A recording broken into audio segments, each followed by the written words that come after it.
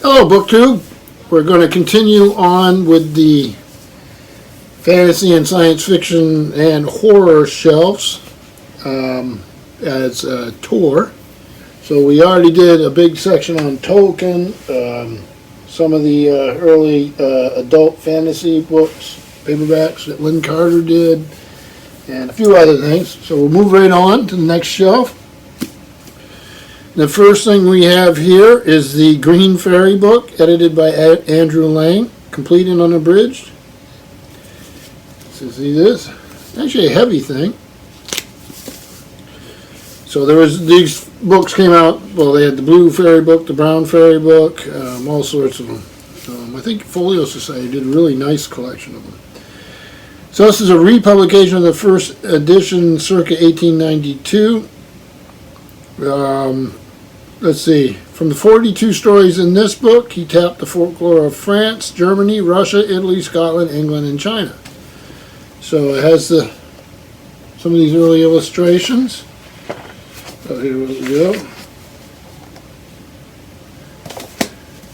The next one here, I'll put these down. This is Irish Tales of Terror, edited by Peter Haining and introduced by Ray Bradbury. 22 bewitching stories of Irish magic and mystery from James Joyce, Ray Bradbury, H.P. Lovecraft, Daniel Defoe, W.B. Yeats, Joseph Sheridan Le Fanu, and others. And this is Wings book, New York, so it means it's probably a preprint, and it's the 11th printing, and this came out in 1970, so it's let's see, we have all sorts of stuff here. So, A Wild Night in Galway by Ray Bradbury. There you go. There you go. Galway's an area familiar to one of the four elderly fellows, I guess that's what we're called, I don't know, who are on BookTube. Probably going to get in trouble for that one from the other three who were with me on that. This is Complete Tales and Poems, Edgar Allan Poe. I have so many different copies. A lot of times because of art. This is just a practical copy that was actually pretty good. Vintage books, Random House, New York. And this came out in 1975. MS Found in a Bottle, Murder in Rue Morgue, Cask of Amontillado. You get the idea. Can't remember if there's illustrations. I don't think there were. But a nice copy. Next thing here, we talked about T.H. White on the shelf tour. I thought we did recently. Maybe we didn't. But this is a bestiary, a book of beasts by T.H. White. Really sun damaged here. Old paperback. Who did the paperback? Perigee Books, part of Putnam Publishing Group. The Bestiary, a Book of Beasts, being a translation of a Latin bestiary from the 12th century, made and edited by T.H. White. So if you're into that sort of thing, lovely little book. I'd love to find a different copy of it. I mean, this is fine, I guess. It's not like I pick it up every day. Then we have Dark Imaginings, a collection of Gothic fantasy, edited by Robert H. Boyer and Kenneth Zahorsky. I don't know if you can this is raised, so when I run my fingers over it, it's really quite a lovely for a paperback. And this illustrated by James Cagle, Delta book. What do we got here? We got Gothic High Fantasy, George MacDonald, A. Merritt, Robert E. Howard, C.L. Moore, C.A. Smith, Fritz Leiber, Poul Anderson, Ursula K. Le Guin. You got Gothic Low Fantasy, which is Arthur Conan Doyle, William H. Hodgson, H. Rider Haggard, Algernon Blackwood, H.P. Lovecraft, T.H. White, Ray Bradbury, and Peter Beagle. We saw Peter Beagle's Last Unicorn on the last tour. So some good stuff there. This one here, speaking of the four I didn't even know. Steve calls it something. I don't know what it is. But this was Todd's bursting bookcase that this book came from. He sent it to me. Master of Villainy, a biography of Sax Rohmer. Right here. I ran into a pile of Sax Rohmer hardbacks without dust jackets or anything when I was a young fella. I bought up a pile of them. This is by Kay Van Ash and Elizabeth Sax Rohmer. Edited with forward notes and bibliography by Robert E. Briney. Bowling Green University Popular Press, Bowling Green, Ohio, and this was from 1972. So yeah, I ran into a pile of his. I don't know if they were from the 30s, when they were from. So I read quite a few at one time. So this is very nice of Todd, at Todd's Bursting Bookcase.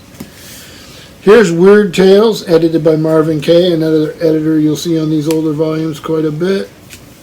Weird Tales was a magazine. Edited by Marvin Kay with Sarah Lee Kay, Doubleday Book and Music Clubs. So it was a book club edition. Garden City, New York, 1988. And let me see, I've got Ray Bradbury, Ralph Manfredi, H.G. Wells, Anthony Boucher, Robert E. Howard. That one's a Solomon Kane story. I'm a big fan of Solomon Kane stories. Manly Bannister. Well, there's just too many. Frederick Brown, Fritz Leiber, August Derleth. Oh boy. Harry Houdini, The Hoax of the Spirit Lover. How cool is that? Gaston Leroux, William Tenn. Not even coming close. Arthur Machen, The Lost Club. Robert Bloch, Edgar Allan Poe, H.P. Lovecraft. Let's see. Frank Belknap Long Jr. and Theodore Sturgeon. So there's some good stuff in here, and there's a lot more than what I read. Then we have George Railroad Martin and Garden of Dozois, Rogues. Just a paperback thing. Includes stories by Gillian Flynn, Neil Gaiman, Patrick Rothfuss, Joe Abercrombie, Connie Willis, Scott Lynch. It's a fun anthology. Then this one is a gift from another one of those three other gentlemen. This is Lord Dunsany, the King of the Elfland's Daughter. Introduction by Neil Gaiman. And this was sent to me by Steve Donahue. It's one of those books that he really loves and I enjoyed very much. Then we have an anthology of adult fantasy, Kingdoms of Sorcery, edited by Lynn Carter. He's the one who did the paperbacks here, the adult fantasy series we saw from Bantam. So he was all into this stuff. This one includes T.H. White, William Morris, Fritz Leiber, Clark Ashton Smith, C.S. Lewis, J.R.R. Tolkien. Kingdoms of Sorcery. There's a list of books by Lynn Carter, by the way, either edited or written. This came out in 1976. Let's see if we got anything really outstanding here. Forerunners of Modern Fantasy. Fantasy as Saga. Has E.R. Edison, who we saw on the last tour. The guy who wrote Worm of Ouroboros. You got Fletcher Platt. You got Fritz Leiber. The two best thieves in Lackmar. So it's a Fafhrd and Grey Mouser story. You got Fantasy and Parable. So you have E.A. Poe, Clark Ashton Smith.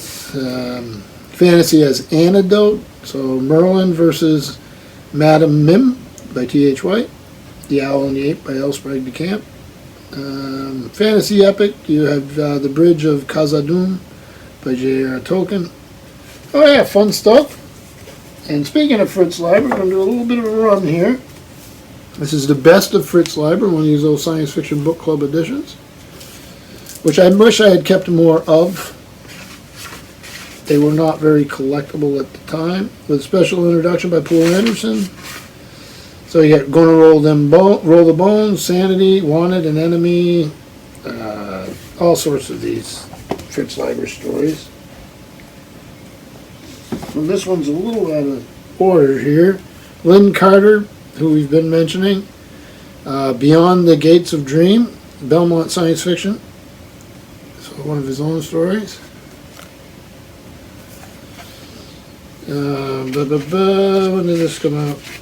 He's okay. He's 1969. He's very important in the history of publishing fantasy, but his books are hit or miss with me.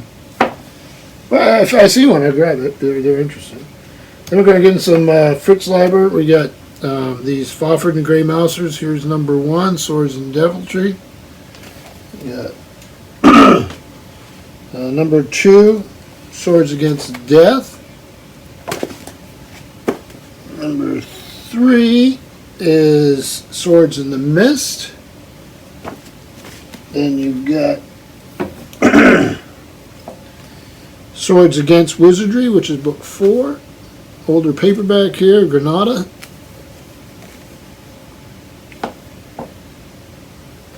And then another one of these old paperback, books 5, The Swords of Lackmar. So you have a barbarian who's actually pretty smart, and you have a thief. They're partners, and they get sort of misadventures. Wonderful stories. I like them. Then we have here Roger Zelazny and Robert Sheckley, a farce to be reckoned with, sort of a humorous fantasy type of thing. When would this have come out? This, 1995. Then to get into some Zelazny, first one we have is The Last Defenders of Camelot. And that cool robot on it. This is a book club edition. And when did this come out? Well, I don't want to tell me, is it? Pocket books, here it is, 1980. So it's a bunch of short stories. Then Zelazny's great stories here. And the first one is Chronicles of Amber, Volume 1. Love the cover, of course. Boris Vallejo. The next one will have it too. This is 9 Princes in Amber and the Guns of Avalon, so they're combined in this book club edition. Love that art. And I love these stories. They're fun stories. They're pure fun. And then this is volume 2. Obviously the same cover, or close. This has Sign of the Unicorn, Hand of Oberon, and Courts of Chaos. And then finally, without the same cover, this little one-off. Get it out of here without causing damage. This is Prince of Chaos, the new Amber novel. No longer new. Here's our author. Quite prolific. Quite well known back in the day. This came out in 91, and it was William Morrow and Company, New York. So yeah. Now we get into another series, one of my favorites of all time. It's Michael Moorcock. This is Elric Saga. This is part 1, Elric of Melnibone, The Sailor on the Seas of Fate, and The Weird of the White Wolf. He's a warlock, sorcerer type, albino, royalty. Wonderful stories. They're really different. They're really, really good. So then the next one here, because all these books contain more than one novel. Elric Saga Part 2. And let me take a look here. Get my fingers to work. The artist is Robert Gould. So this has Vanishing Tower, The Bane of the Black Sword, and Stormbringer. So it has 3 novels. Then we have number 3, Elric Saga Part 3. Again, this great cover. These are all book club, science fiction book clubs. So there's a little ad for it in the back. And this one contains Fortress of the Pearl and The Revenge of the Rose. I have a list there of some Michael Moorcock books. And we have a few to go. So, and then the last of the Elric saga, again with the same artist. This is part 4. Love that cover. There's a sword on the back. This one has the Dream Thief's Daughter, the Skraeling Tree, and the White Wolf's Son. So that's the Science Fiction Book Club logo. They were good at these omnibus editions, if you can find some of them. Yeah, if you even just think about it, if you see them at a thrift store or a yard sale or something, in a library book sale, a lot of times they're good to grab. Great entertainment. So continuing with Michael Moorcock, we have some of these Daw paperbacks. You'll notice they have the yellow spines, sometimes a little sun faded, that's fine. They'll have this logo up here. This is Michael Moorcock, The Jewel in the Skull. This is the first volume in the history of the Rune Staff.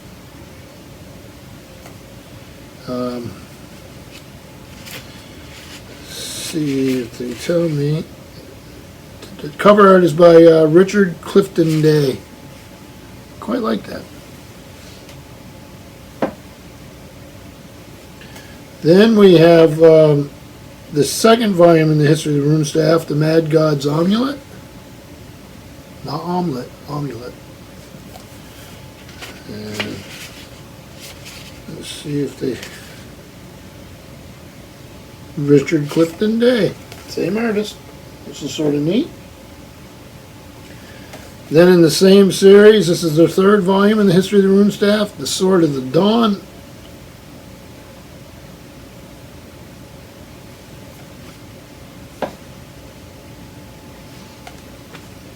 The fourth and final volume in the history of the Rune Staff, The Rune Staff. Finally got there.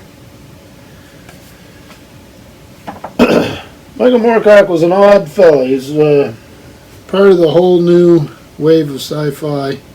And he had some interesting opinions. So you can read about him. Just look him up on Wikipedia. There's all sorts of stuff about him. This is the Chronicles of Corum number 5, The Oak and the Ram. Beautiful cover, but I obviously don't have the whole series. This was Berkeley Fantasy, and it's a Berkeley Medallion book. Came out in '73. This is the third printing of '74. Does it tell me who the artist is? That's quite a... It does not. That's sort of too bad. Oh, wait a minute. It does. Cover art by David McCall Johnson. Quite like it. And then this, Andrew Offutt, The Iron Lords, Volume 1 in the War of the Gods on Earth. This is an Ace Fantasy.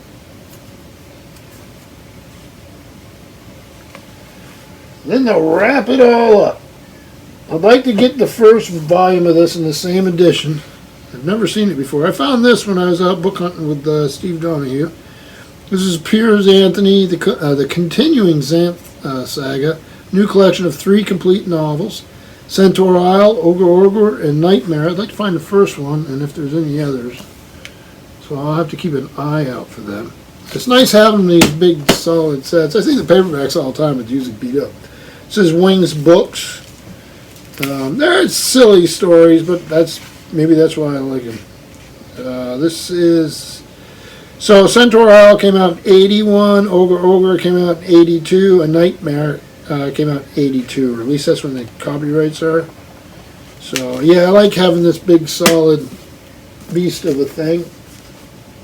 So that's it for this shelf. Next shelf, we got some good stuff coming on that next one too. So, stuff I like anyway. I hope you enjoyed this. I hope you're having a good weekend, and we'll talk to you. Thank you, BookTube.